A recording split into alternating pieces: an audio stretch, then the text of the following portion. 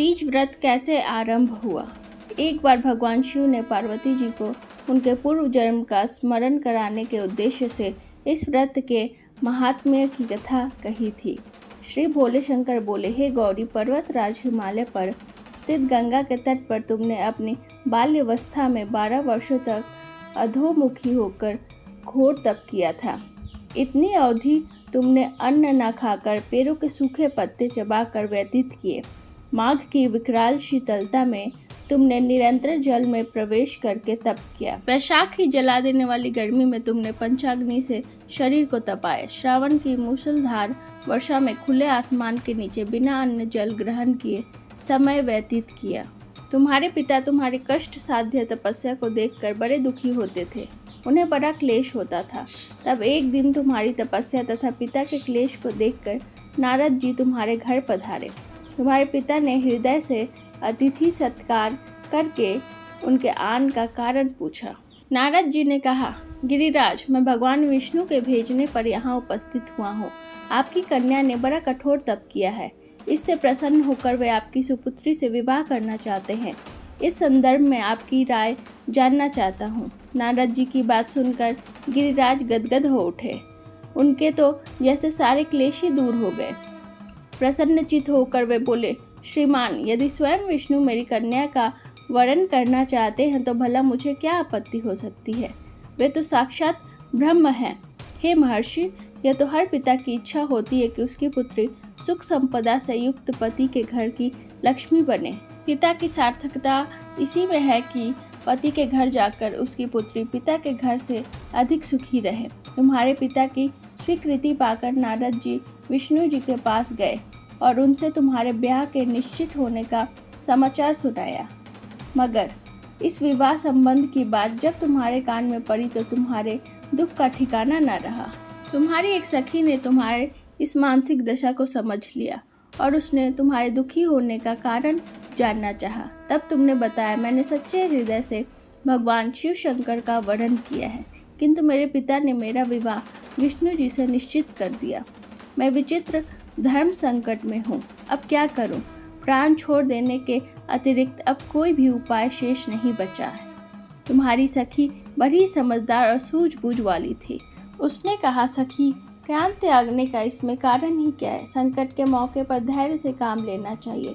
नारी के जीवन की सार्थकता इसी में है कि पति रूप में हृदय से जिसे एक बार स्वीकार कर लिया उसी से निर्वाह करे।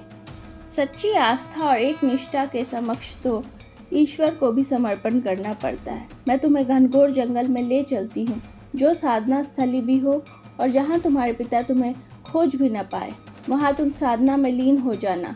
मुझे विश्वास है कि ईश्वर अवश्य ही तुम्हारी सहायता करेंगे। तुमने ऐसा ही किया। तुम्हारे पिता तुम्हें घर पर ना पाकर बड़े दुखी तथा चिंतित हुए। वे सोचने लगे कि तुम जाने कहाँ चली गई। मैं विष्णु जी से उसका विवाह करने का प्रण कर चुका हूँ। यदि भगवान विष्णु बारात लेकर आ गए और कन्या घर पर ना हुई तो बड़ा अपमान होगा। मैं तो कहीं मुंह दिखाने योग्य भी नहीं रहूँगा। यही सब सोचकर गिरिराज ने जोर शोर से तुम्हारी खोज शुरू करवा दी। इधर तुम्हारी खोज होती रही और उधर तुम अपनी सखी के साथ नदी के तट पर एक गुफा में मेरी आराधना में लीन थी। भाद्रपद शुक्ल तृतीया को हस्त नक्षत्र था। उस दिन तुमने रेत के शिवलिंग का निर्माण करके व्रत किया। रात भर मेरी स्तुति के गीत गाकर जागी। तुम्हारी इस कष्ट साध्य तपस्या के प्रभाव से मेरा आसन डोलने लगा। मेरी समाधि टूट गई। मैं तुरंत तुम्हारे समक्ष जा पहुंचा और तुम्हारी तपस्या से प्रसन्न होकर तुमसे वर मांगने के लिए कहा। तब अपनी तपस्या के फल स्वरूप मुझे अपने समक्ष पाकर तुमने कहा, मैं हृदय से आपको पति के रूप में वरण कर चुकी हूँ। यदि आप सचमुच मेरी तपस्या से प्रसन्न होकर आप यहाँ पधारे हैं तो मुझे अपनी अर्धांगिनी के रूप में स्वीकार कर लीजिए।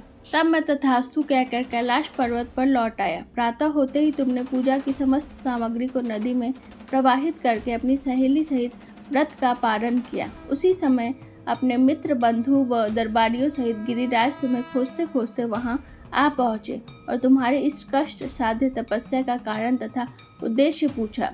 उस समय तुम्हारी दशा को देखकर गिरिराज अत्यधिक दुखी हुए और पीड़ा के कारण उनकी आंखों में आंसू उमड़ पड़े। तुमने उनके आंसू पोंछते हुए विनम्र स्वर में कहा, पिताजी, मैंने अपने जीवन का अधिकांश समय कठोर तपस्या में बिताया है।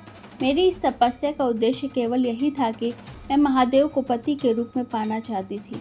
आज मैं अपनी तपस्या की कसौटी पर खरी उतर चुकी हूँ। आप क्योंकि विष्णु जी से मेरा विवाह करने का निर्णय ले चुके हैं, इसलिए मैं अपने आराध्य की खोज में घर छोड़कर चली आई। अब मैं आपके साथ इसी शर्त पर घर जाऊंगी कि आप मेरा विवाह विष्णु जी से ना करके महादेव जी से करेंगे। गिरिराज मान गए और तुम्हें घर ले गए। कुछ समय के पश्चात शास्त्रोक्त विधि विधान पूर्वक उन्होंने हम दोनों को विवाह सूत्र में बांध दिया। हे पार्वती, भाद्रपद की शुक्ल तृतीया को तुमने मेरी आराधना करके जो व्रत किया था, उसी के फलस्वरूप मेरा तुमसे विवाह हो सका। इसका महत्व है कि मैं इस व्रत को करने वाली कुंवारियों को मनवांछित फल देता हूँ। इसलिए सौभाग्य की इच्छा करने वाली प्रत्येक युवती को यह व्रत पूरी एक निष्ठा तथा आस्था के साथ करनी चाहिए। सुहागन स्त्रियां अपने पति की लंबी आयु और मनवांछित फल पाने के लिए करती है। आशा करती हूँ आपको मेरा ये वीडियो अच्छा लगा हो। मिलते हैं नेक्स्ट वीडियो में, तब तक के लिए हर हर महादेव। धन्यवाद।